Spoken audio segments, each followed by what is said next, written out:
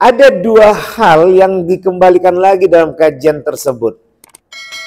Yang pertama adalah secara tekstual, tidak dia mempunyai harta, tidak dia mempunyai tahta. Yang kedua, dia secara kontekstual, dia punya harta, punya tahta, tapi dia tidak dikendalikan oleh harta dan tahta. Nah, ini yang dua-dua ini juga fana.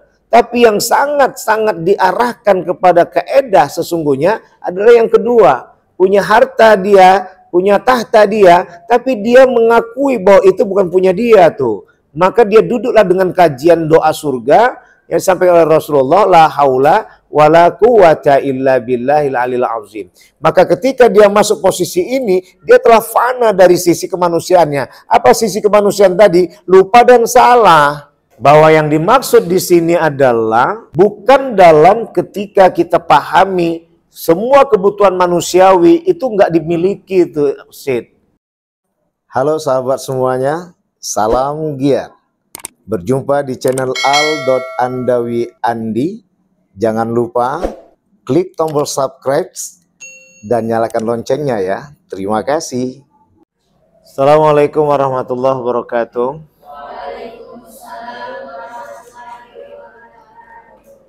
Berjumpa kita di mata kuliah Tasawuf Falsafi. Kali ini pembahasan yang sangat unik tentang bako. Tentunya ketika berbicara bako ini akan menghadirkan beberapa hal-hal pemikiran kontroversial. Di antaranya ada dua, ya. Ada dua yang ingin Ustaz kedepankan di antara beberapa lainnya. Yang pertama itu adalah bahwa bako ini sifat wajibnya Allah Subhanahu wa Ta'ala.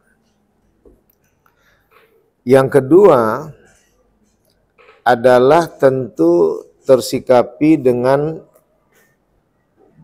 sifat wajib Allah yang lain, yaitu mukhalafatul hawadis. Bahwa manusia itu berbeda dengan yang baharu. Dua inilah yang akan Ustadz coba pelan-pelan jelaskan tuh.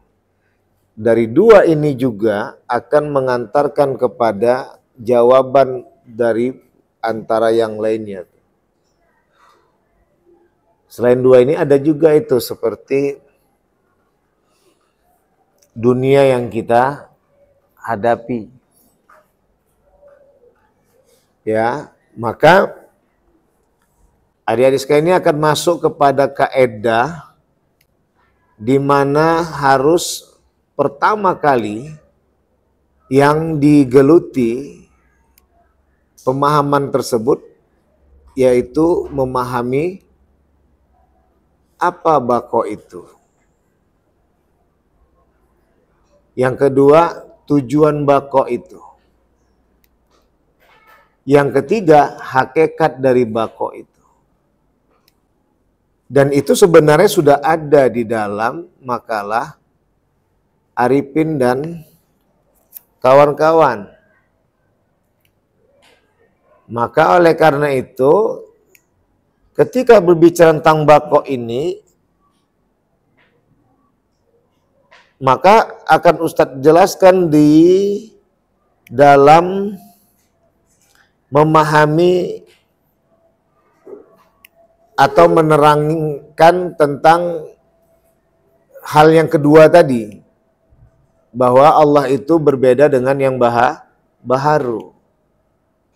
Nah, menjadi kata kunci utama yang harus adik-adik pahami di sini adalah ternyata yang dibahas itu sifatiyah tuh, bukan zatiyah. Itu yang pertama. Sehingga dia tidak masuk kepada kategori kajian mukhalafatul hawadis. Nggak ada kita menyinggung-nyinggung tentang Allah itu berbeda dengan baharu. Kalau kita masuk dalam kupasan kaji itu, berarti kita seakan-akan Allah itu jatinya adalah manusia tuh. Kan di situ pikiran adik sekalian yang pertama tuh. Betul nggak? Karena ketika Allah tadi bersemayam dalam diri kita, dengan bahasa Rasyid tadi adalah segala hal yang kita lakukan itu adalah perbuatan Allah. Seakan-akan pikiran kita itu adalah zatnya Allah itu. Di saat itu hadir menghampiri kita. Adik-adik lupa ketika definisi tasawuf yang dibangun oleh Ibnu Arabi. Takhallaku bi akhlakillah. Berakhlaklah kamu dengan akhlaknya Allah. Ini yang menarik mau dikupas. Apalagi sosok Ibnu Arabi adalah yang dikenal dalam untayan yang digelarkan oleh Ibnu Taimiyah dengan sebutan Wahdatul Wujud tuh. Padahal beliau nggak ngomong ke situ. Karena hakikatnya Ibnu Arabi itu menempatkan kepada pemahaman tafsir lillahi ma fis samawati wa ma fil ard. Milik Allah lah langit dan bumi beserta isinya. Jadi ketika ada yang non-muslimkah dia tetap adalah ciptaan Allah dan layak untuk diperhatikan tuh. Nah, inilah yang seakan-akan dipahami oleh kalangan termasuk Ibnu Taimiyah ya dengan bahasa panteisme. Terjadi penyamaan semuanya itu jadi sama, enggak. Kaidah tauhid yang dikembalikan, maka ketika itu ada bahasa wahdatul wujud, ya semua ini kesatuan wujud. Padahal secara tekstual, secara redaksional, tekstual firmani yang difirmankan Allah Subhanahu Wa Taala, Inna lillah wa inna ilaihi rajiun. Alladzina idza asabathum musibah, apapun yang menimpamu dalam berupa musibah yang mengenai dirimu, itu semua milik Allah, kembali kepada Allah. Termasuklah yang kita pahami ketika meninggalnya orang yang kita cintai itu. Balik kepada Allah tadi, berarti balik kepada Allah ya balik. Menyatu dengan diri Allah. Gitu. Ya. Nah, inilah yang dipahamkan dengan wahdatul wujud. Nah, Ibnu Arabi memandang, begitu juga Jalaluddin Ar-Rumi menyikapi siapapun orang-orangnya agamanya apa, ketika dia melihat bagaimana indahnya ajaran oleh Jalaluddin Ar-Rumi dan Ibnu Arabi, maka orang yang non-muslim pun bergabung.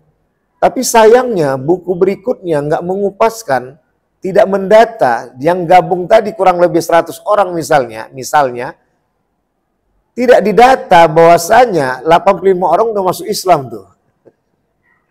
Terhenti tuh kajiannya. Seakan-akan nggak ada prosesi perubahan keyakinan di situ.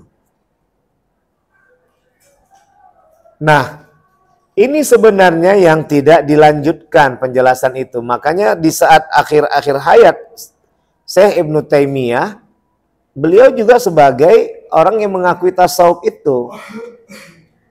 Dan beliau akhirnya menulis sebuah buku yang berjudul Fuqara tuh. Bukan Fuqara, Al-Fakir. Artinya bagaimanapun jayanya manusia itu dengan tahta dan hartanya, dia tetap fakir tuh. Nggak punya apa-apa. Nah, bahasa lain ini adalah fana tuh. Ada dua hal yang dikembalikan lagi dalam kajian tersebut.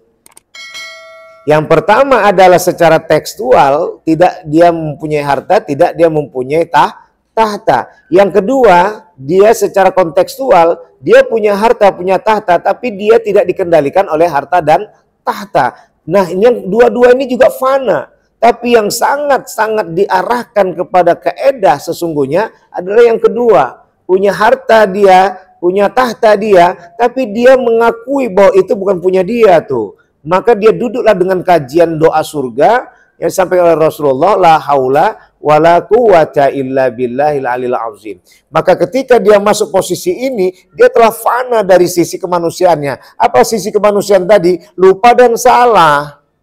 Adik-adik nggak masuk ke situ pembahasan tadi. Yang ada dibayangkan itu adalah nggak bisa nanti pakai baju. Udah kalau gitu berarti kalian pahami nggak berbaju kita. Baju siapa yang buat? Walaupun kalian ambil dari daun pisang, kan tokok-tokok. Ya siapa yang buat tokok-tokok tuh? Ya iya. Kan nggak mungkin daun pisang tadi langsung rapat. Daun pisang, rapat. Kayak apa? Seperti Iron Man. Enggak. Nah di situ adik-adik harus paham tuh. Bahwa yang dimaksud di sini adalah bukan dalam ketika kita pahami semua kebutuhan manusiawi itu nggak dimiliki itu, Sid. Dan itu ada di dalam makalah si Arifin dan kawan-kawan. Bagaimana halaman 9, bagaimana halaman 8. Di ciri-ciri bakok dan tingkatan bakok. Makanya saya bilang tadi jangan dilihat pernyataan, tapi dipahami. Jadi jawaban. Jadi inilah yang dikembalikan. Pertama, adik-adik itu harus tahu yang dimaksud bakok itu di mana itu. Ya, bahwa bakok itu artinya kekal. Kekal yang dimaksud adalah sifat dia dan sifat itu berhubungan dengan perbuatan tuh. Perbuatan tadi makanya ada landasannya dalam hadis Rasulullah disebut dengan innamal a'malu binniyat. Ketika hal ini kita jelaskan dengan seksama, nggak ada sesuatu yang asing dari penjelasan bakok dan fana, nggak menakutkan kok. Itulah Rasyid yang membuat semua perbuatan orang tuh nggak istiqomah, gara-gara dia nggak memahami kajian itu. Andaikan pun dia tidak istiqomah, dia tidak akan terpengaruh dengan ketidakistiqomahan itu. Dia langsung sadar bahwasanya dia tidak luput dari lupa dan salah. Maka keluar tuh kajian zaman dulu dengan berbentuk kata-kata mutiara. Apa dia?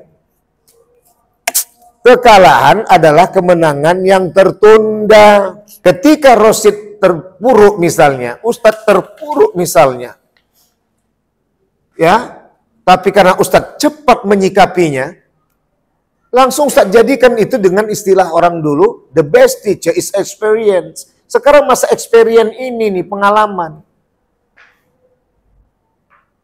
Nah, yang adik-adik pahami bahwa bakok yang dimaksud di sini adalah sifat itu yang sudah tergerakkan oleh Allah sehingga tidak ada hal-hal yang tidak bermanfaat yang dilakukan dan tidak ikhlas yang dikerjakan. Tidak ada hal-hal yang tidak ikhlas dan tidak akan mungkin ada hal-hal yang tidak bermanfaat. Karena semua dikerjakan karena Allah. Nah, inilah yang bahasa yang disebut dalam tasawuf falsafi kenal dengan baqa. Pertanyaannya, kalau udah orang dapat seperti ini bisa digoyangkan nggak orang seperti itu? 5 triliun, 100 triliun pun Rasyid ditawarkan untuk biar berubah, nggak akan berubah Rasyid.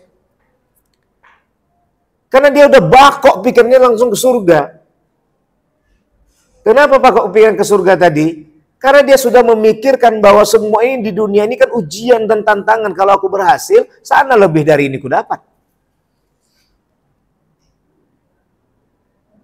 Adik kalian bertanya kemarin, waktu Ustaz Jungu ke pesantren Citaskia.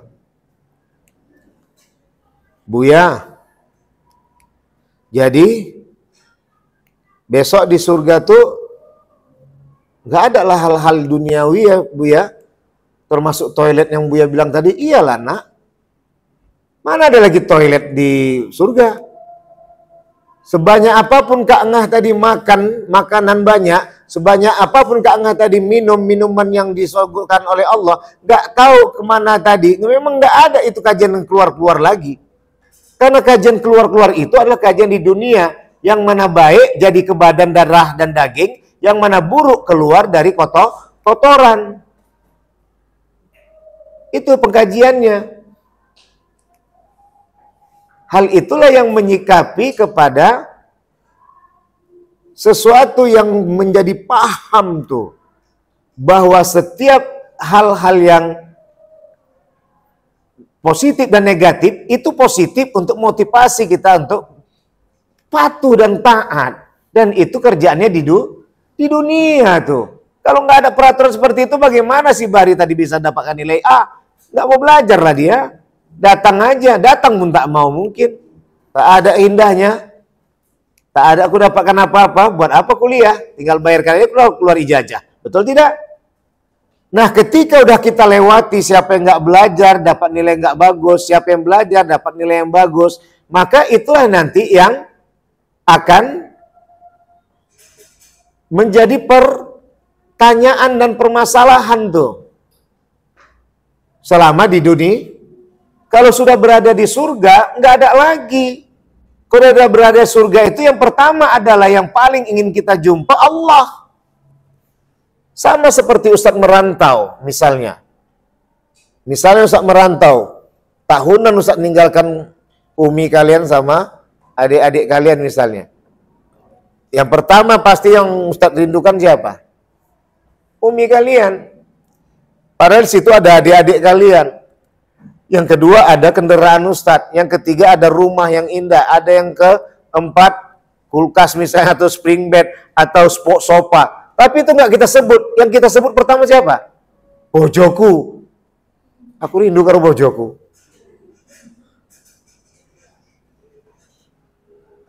Bengisi ciwai, enak tenan gue. Saya ngerti ya wes lah, guyu. Nek orang ngerti tak nggak tak terjemah ke. Udah jumpa tuh begitu. Kenapa? Memadu kasih itu. Sekali jumpa langsung madu kasih. Kenapa? Udah berapa lama kita merindukan Allah tuh. Sekali jumpa surga, mana ada teringat lagi bini awak, laki awak, anak awak. Masing-masing udah surga mau jumpai Allah tuh. Tapi nanti jumpa, oh itu biniku. Makanya ada bidadari, ada bidadara. Kan selama di dunia kan memang kita harus menjaga tuh.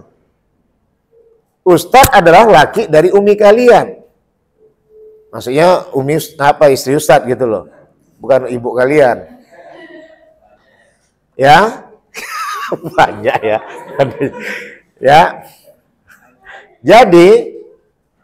Jadi bagaimana ketika Ustadz bisa menjaga mata, apalagi Ustadz selalu menjadikan itu tuh. Makanya kenapa Ustadz alhamdulillah dari tahun 2000 sampai sekarang, padahal kalian cantik-cantik, jemaah Ustadz pun cantik-cantik, cewek-ceweknya, kok bisa Ustadz nahan diri? Karena Ustadz selalu ingat tuh, ketika sudah berumah tangga, berzina saja, itu sampai mati itu dihukum oleh Allah.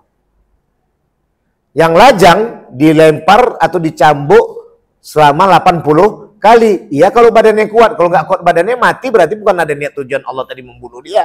Memang jatahnya yang anak lajang tuh berzina 80 kali. Dilempar pakai batu atau dicambuk pakai 80 kali dengan cambuk yang keras.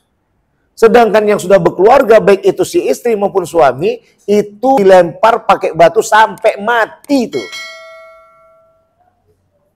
Dan perkaranya bukan hal yang menakutkan itu, malunya tuh sama Allah. Makanya kadang yang nggak tahan kali, karena dia punya seks yang luar biasa tinggi, maka dikasihlah tadi masna, sulasa, waruba. Kalau ada perempuan yang bisek, itu yang parah tuh, yang nggak pernah tahu menau itu tentang dapur, anak, taunya ngesek aja yang dipikirkan. Jin ya, udah besar kan? Paham? Jadi nggak ada tuh perempuan tuh yang, makanya perempuan tuh dari dulu udah Allah pahami itu. Nggak ada yang suami 2, suami 3. Pertama udah bingung nanti, entah siapa kuping punya siapa, hidung punya siapa. Lah iyalah, masa di sawah tadi ditanam tadi situ padi, situ jagung, situ apa yang mana yang tumbuh, kan nggak tahu terjadi apa namanya. Tanamnya padi, jagung, toge, apa semua tumbuh dalam satu lubang. Enggak, maksudnya inti lubang padi itu loh. Ya maksud Ustaz gitu, kan udah besar kan. Yang kedua adalah ya, kalian tuh banyak kali PR yang kalian pikirkan dan kalian bermain rasa. Bukan bermain pikir. Bermain rasa tuh, makanya perempuan itu kalau udah ditinggal pergi laki atau meninggal dunia, itu fokusnya berganti tuh. Mau memperhatikan anak, cucu, ada aja kegiatannya. Siapa perempuan yang tadi yang nggak bisa nahan nafsunya? Itu perempuan yang nggak punya kerjaan. Paham maksud Ustaz? Dapur tak tahu, mikirin anak tak pernah, kerjain tidur, itu HP itu aja dia. Hati-hati kalian untuk dapat calon istri kayak gitu, hati ajak kalian. Bisa dipahami ya? Oke, baik, sekarang Ustaz fokus lagi.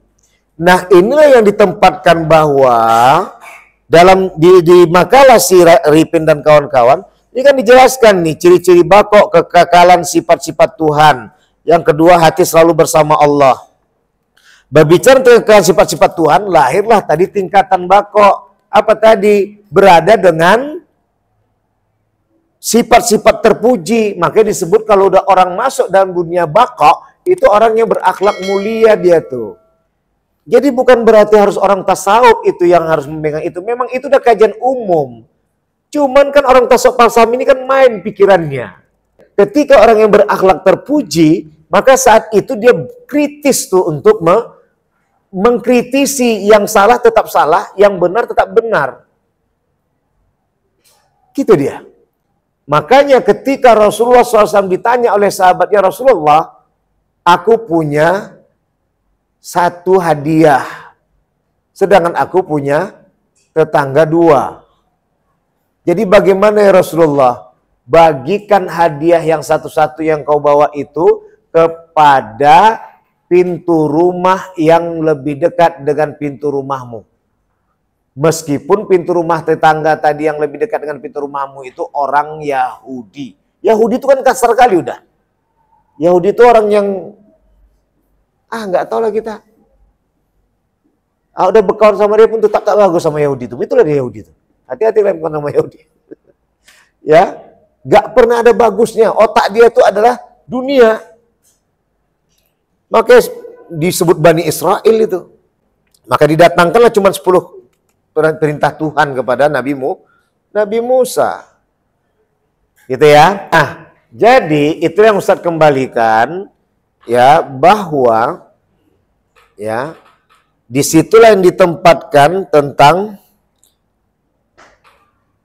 dengan sifat-sifat terpuji.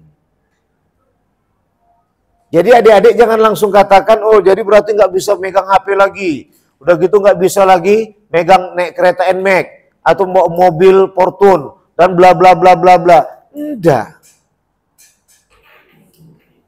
Ya. Maka yang dikatakan Rasulullah khasyatullah ta'ala bisirri wal alaniyah. Untuk mencapai keselamatan itu selalu takut pada Allah baik dalam keadaan sepi maupun dalam keadaan ramai. Dalam keadaan sendiri ataupun dalam keadaan orang banyak. Itu yang dikeluarkan oleh Rasulullah yang disampaikan oleh Abu Hurairah kepada sahabat yang lain.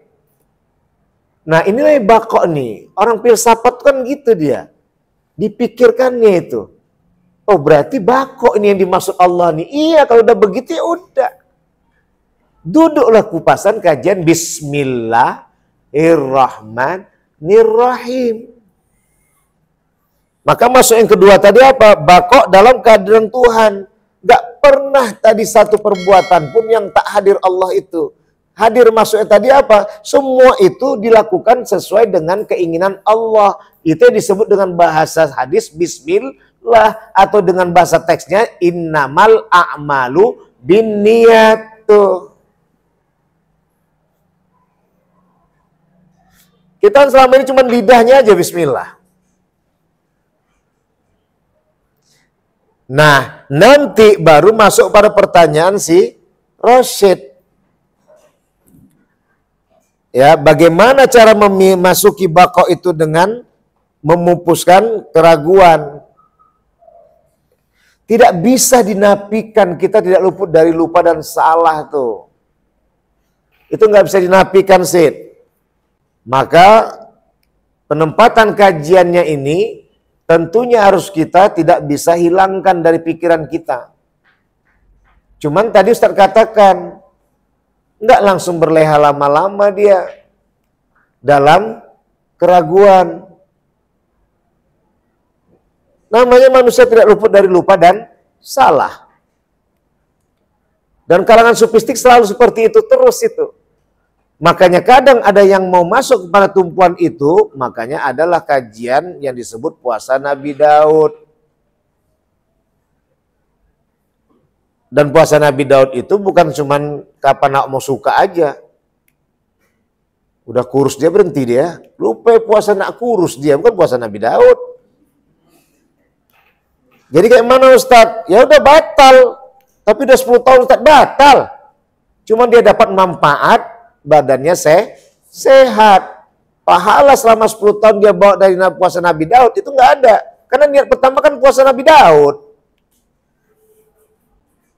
Itu puasa tertinggi pertama. Puasa tertinggi kedua baru Senin Kemis. Baru masuk nanti 13, 14, 15. Gitu ya. Baik. Jadi itu keraguan. Nah, artinya tidak bisa disangkal itu. Sid. Tidak bisa disangkal. Kapan? Nggak tahu kita kapan. Walaupun dalam kajian ilmiah harus berpikir jangka panjang. Jangka panjang kita cuman hanya bermohon ampunan Allah. Bermohon ampunan Allah. Makanya nanti Ustaz langsung jawab pertanyaan. Masih pertanyaan si Rasid nih. Makanya di situ Ustaz buat sadar dia bahwa dia tidak luput dari lupa dan salah. Namun kesadaran itu kita nggak sampai lama, langsung dia istighfar pada Allah. Ditingkatkannya tadi kekhilafannya. Maka ditanamkan yang berikutnya adalah rasa khauf. Yang disebut rasa takut. Takut akan hal apa? Takut Allah lari dari pelukannya. Takut Allah tak lagi dekat. Makanya Bimbo pernah membuat lagu itu. Aku jauh, engkau jauh. Aku dekat, engkau dekat. Kita yang menjauhkan diri dari Allah, makanya Allah jauh dari kita. Kita yang mendekatkan diri kepada Allah, maka Allah dekat sama kita. Ini awak tak dekat sama Allah, nuntut banyak. Kan lucu. Tak kau kabulkan doaku ya Allah. Mana rupanya kau kabulkan? Itu yang disebut nanti hak Allah, kewajiban Allah. Kewajiban kita, hak kita. Kewajiban kita memenuhi hak Allah, kewajiban Allah memenuhi hak kita. Tapi setelah kita dekat sama Allah, baru dipenuhi Allah kewajiban Allah sama kita. Jangan awak tak pernah sholat. Sholat saya Ustaz, ya sholatnya di mana? Di badannya aja. Hati dan pikirannya entah kemana-mana, betul tidak? Ini yang masuk tadi kajian bakosit. Ini yang di sebelumnya tadi disebut dengan fana. Difanakan waktu itu. Paling tidak kita belajar fana dulu waktu sholat aja dah. Udah nanti udah nyampe dipanakan waktu sholat tuh gak ada pikiran yang lain. Pikirannya itu bukan gak ada sama sekali. Ali bin Abi Thalib itu adalah tokoh sufistik pertama setelah Rasulullah. Yang dibilangkan orang bagaikan air tenang menghanyutkan. Itu Ali. Ditawarkan Rasulullah selendang. Akhirnya apa? Dikata Rasulullah, kau mau yang hijau atau yang merah jambu? Hijau ya Rasulullah. Tiba-tiba dalam sholat teringat merah jambu. Habis sholat bilang yang merah jambu ya Rasulullah. Begitulah istilahnya, warnanya nggak tahu persis Ustaz. Apakah Ali dibilangkan tadi apa? Tidak. Ya, Ali saat itu tetap khusyuk dalam sholat, tapi ingatan itu tetap dapat. Tapi dia tidak mengganggu sholat dia. Artinya khusyuk itu bukan langsung hilang nggak pikir sama sekali, tapi khusyuk itu adalah meningkatkan khusyuk kita kepada Allah yang tadi mengganggu itu dapat kita pendam ke bawah. Paham maksud Ustaz? Paham Bari? Gini loh, suara becak nih kan, karena kita tahu Allah tuh maha segalanya. Kita katakan Allah tuh gak akan mungkin celakai saya. Becak tadi udah menabrak. Tiba-tiba dengan keyakinan tadi kata si Rasid. Yakin tadi bahwa Allah tuh maha segalanya. Gak mungkin Allah tadi mencelakai hambanya yang lagi beribadah. Becak tadi berhenti. Berhenti kenapa? Tiba-tiba remnya jalan sendiri. Nggak sampai nabrak kita. Keyakinan itu adalah Allah memberikan Puasa tuh. Ini yang dimaksud tadi, bukan tak dengar tadi kita sholat tadi ada suara becak. Dengar, tapi kita indahkan dengan suara lantunan bacaan Quran yang kita sebutkan di saat berdiri. Yang kita keluarkan zikir di saat ruku dan saat sujud. Saat tumaknina duduk di antara dua sujud. Ini yang tadi ditekankan dia mana yang dominan tuh. Itu yang disebut khusyuk. Itu yang disebut bako. Nggak mengalahkan yang fana tadi. Nggak dikalahkan oleh yang insaniah tadi. Insaniah tadi apa? Ketakutan, rasa takut. Oh nanti ditabrak. Kan kemarin ada di medsos Ustaz tengok tuh. Peluru kendali. Di Afghanistan tadi mana tuh? Tadi mana lah. Ya. Ciupur. Ada 3 orang bapak-bapak keluar dari sholat Jumat. Bangkit dia. Yang lain tetap. Kenapa? Mungkin Allah mencelakai kita. Kalau Allah berkehendak nggak akan terjadi itu. Kalau Allah berkehendak terjadi, tapi di mana tempatnya? Surga. Artinya di situ hadir dengan perbuatan Allah, kemana Allah letakkan, dan Allah nggak pernah memberikan yang buruk. An-Nisa ayat 79. Ma asobaka min hasanatin faminallah. Apa-apa yang menyentuhmu berupa kebaikan semua datang dari Allah. Wa ma asobaka min sayyi'atin faminapsik. Apa-apa yang menyentuhmu berupa keburukan semua datang dari dirimu sendiri. Udah paham ya, Sid? Ya. Jadi begitulah cara melakukan.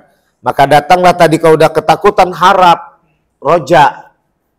Kau udah harap roja tadi, datang rindu. Pertanyaannya, apakah sempat lagi godaan itu menghampiri hidup kita?